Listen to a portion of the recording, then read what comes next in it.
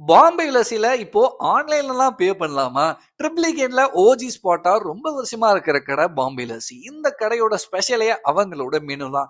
12லருந்து 15 item இருந்தாலுமே எல்லாமே நல்லா இருக்கும். அதே சமயத்துல எல்லாமே அஃபோர்டபுளா இருக்கும். அப்படியே அவங்க மெனுவ பெரட்டி பார்த்து ஒரு சில ஐட்டம்ஸ மட்டும் ஆர்டர் பண்ணியிருந்தேன். அதுல முதல்ல காரத்தோட ஆரம்பிக்கலாம் அப்படின்ட்டு கச்சோரி ஆர்டர் பண்ணியிருந்தேன்.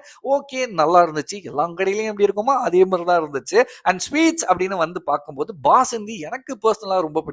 அதனால ட்ரை பண்ணியிருந்தேன். இந்த கடையிலுமே நல்லா தான் இருந்துச்சு. அடுத்தது அவங்களோட கேரட் அல்வா ஓகே, ஓரளவுக்கு சட்டில்டா நல்லா இருந்துச்சு அப்படின்னு சொல்லி ஆகணும். அடுத்தது வந்து ஸ்பெஷல் கல்கண்ட் அப்படின்ற மாதிரி ஒரு விஷயம் இருந்துச்சு.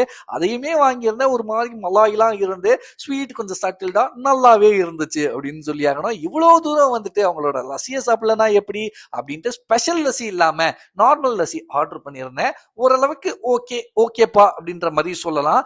ஓவராலா எல்லா டிஷ்ஷையும் வச்சு பார்க்கும்போது இந்த கடை வர்த்தா அப்படின்னு பாத்தீங்கன்னா இந்த பிரைஸுக்கு வந்து தாராளமா வர்த்து. ஒன்ஸ் என்னைக்காச்சும் ஒரு நாள் ஃப்ரீயா இருந்தீங்க அந்த பக்கம் போனீங்கன்னா தாராளமா ட்ரை பண்ணலாம். அண்ட் முக்கியமான ஒரு மேட்ரே என்ன அப்படின்னு பாத்தீங்கன்னா இந்த கடையில ரொம்ப நாளா ரொம்ப வருஷமா வந்து இந்த ஆன்லைன்ல பே பண்ண முடியாது, ஜிபே எல்லாம் பண்ண முடியாது அப்படின்ட்டு நிறைய பேரால வாங்கி சாப்பிட முடியாமே இருந்துச்சு.